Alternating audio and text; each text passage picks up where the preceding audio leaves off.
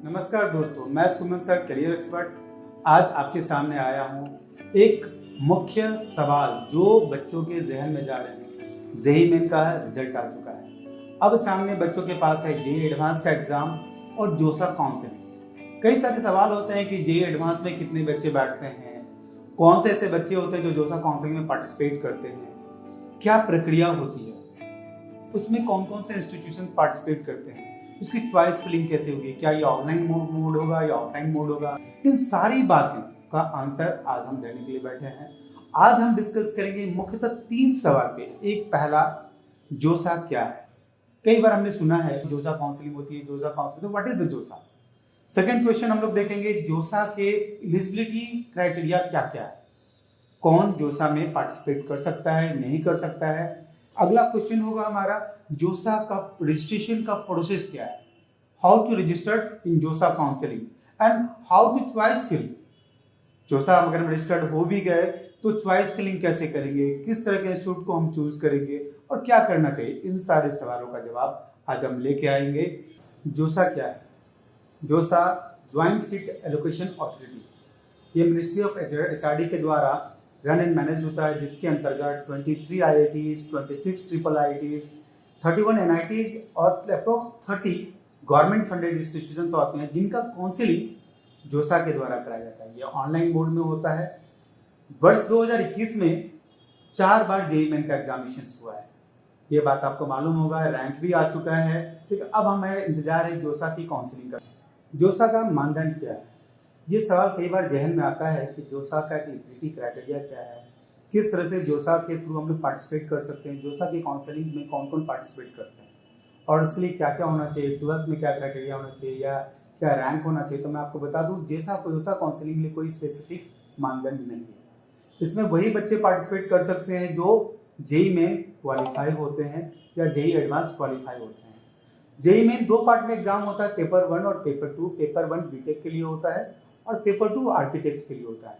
हर एक इंस्टीट्यूट अपना अपना खुद का मानदंड या मापदंड एलिजिबिलिटी क्राइटेरिया बनाया है, बट जोसा ने कोई भी एलिजिबिलिटी क्राइटेरिया नहीं बनाया है। कोविड पैंडेमिक को देखते हुए इस वर्ष को जो परसेंटेज वाला क्राइटेरिया था वो भी समाप्त कर दिया। जोसा की रजिस्ट्रेशन और काउंसलिंग प्रक्रिया क्या है, ये सवाल अक्सर जहन में आते हैं और बच्चे सोचते हैं कि इसे कैसे करना चाहिए, क्या नहीं करना चाहिए। कई सारे सवाल इस तरह के मुझसे अक्सर ऑनलाइन ऑफलाइन बोर्ड में पूछा जाता है, तो मैं आज आपको बताना चाहूँगा क्या प्रक्रिया है। रजिस्ट्रेशन के लिए सबसे पहले हमें जोसा के आधिकारिक वेबसाइट पे जाना चाहिए, वहाँ जाकर के खुद को रजिस्टर करना होता है। रजिस्ट्रेशन करने के लिए जो जेईई एडवांस दिए हैं वो अपना लॉगिन आईडी पासवर्ड या रोल नंबर और पासवर्ड डालेंगे, और जो जेईई मेन दिए हैं ओनली तो वो सिर्फ जेईई मेन का रोल नंबर और पासवर्ड डालेंगे। अगर आप पासवर्ड भूल गए हैं तो फिर उसको रीसेट कर सकते हैं, application number date of birth डाल करके फिर आप रीसेट करें। और ध्यान रखें इस बात का कि जो पासवर्ड हो और हमारा लॉगिन आईडी ये भी कभी भी ना भूलें तब तक जब तक हमारा रिपोर्टिंग सेंटर तक ना हो जाए।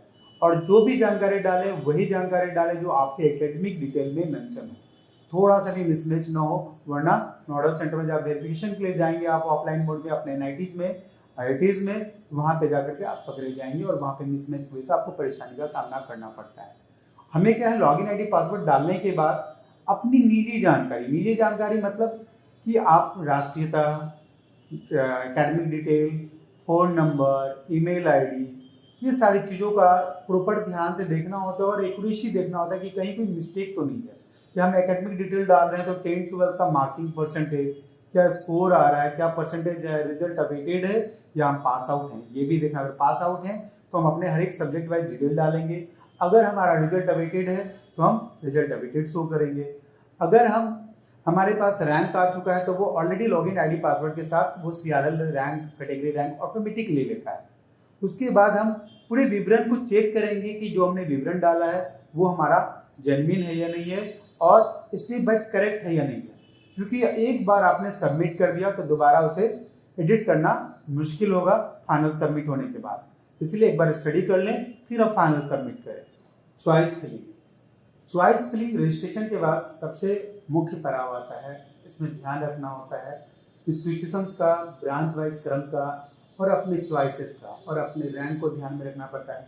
चॉइस फिलिंग से पहले पिछले 3 वर्षों का आप कम से कम कट ऑफ देख लें रैंक देख लीजिए, हमारे आधिकारिक वेबसाइट पे भी पेज पे अवेलेबल है, या अगर आपके पास नहीं है तो आप हमसे संपर्क भी कर सकते हैं। कटअप आपको मिल जाएगा। कटअप के आधार पे आप देखें कि आपको कौन सा इंस्टीट्यूट मिल सकता है या कौन सा इंस्टीट्यूट मिलना चाहिए जो आपका डिजायर है। काउंसलिंग में, चॉइस फिलिंग में इस बातों पर ध्यान रखना है। ठीक है, इसमें 3 तरह के इंस्टीट्यूट सारे पार्टिसिपेट करते हैं, IITs, NITs, IIITs और CFTI। ये लिस्ट वाइज रहते हैं और चॉइस फिलिंग आप institute wise, course wise, branch wise कर सकते हैं। चॉइस फिलिंग के बाद आपको ध्यान रखना है कि प्रायोरिटी किसको दे रहे हैं। आपका जो आपकी चॉइस का मेन कॉलेजेस हैं, जो आप कॉलेज इंस्टीट्यूट वाइज या ब्रांच वाइज, उसको ऊपर डालें। उसके बाद फिर उसके लोअर क्रम को नीचे, मध्यम क्रम वाले को बीच में डालें, फिर जो निचले दर्जे के कॉलेज है उसको नीचे डालें, ताकि आपके पास अपग्रेड, स्लाइड और फ्रीज का ऑप्शन रहे। अगले के राउंड में आपको फ्रीज तब करेंगे जब आपको डिजायर चॉइस या कॉलेज मिला और उसके बाद आपको आगे के राउंड में नहीं जाना है। स्लाइड तब करेंगे जब आपको अपने ऊपर के जो इंस्टीट्यूट मिला उसके अपर ब्रांचेस में जाना, तब स्लाइड करेंगे। या फिर फ्लोट में तब करेंगे कि जो आपका जो चॉइस है उससे सेटिस्फाइड नहीं है, आप ऊपर करके राउंड में फ्लोट करना चाहते हैं। तो स्लाइड, फ्लोट, फ्रीज, ये 3 ऑप्शन हमारे पास काउंसलिंग के बाद आते हैं। इन बातों पे ध्यान देना है।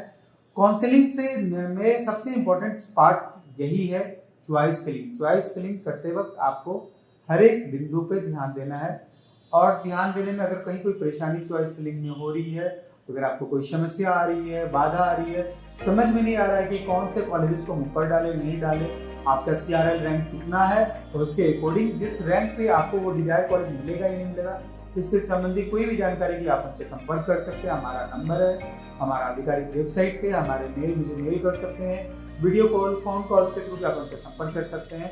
और ये सारी जानकारी निःशुल्क हमारे वेबसाइट और हमारे द्वारा उपलब्ध कराया जाएगा। धन्यवाद।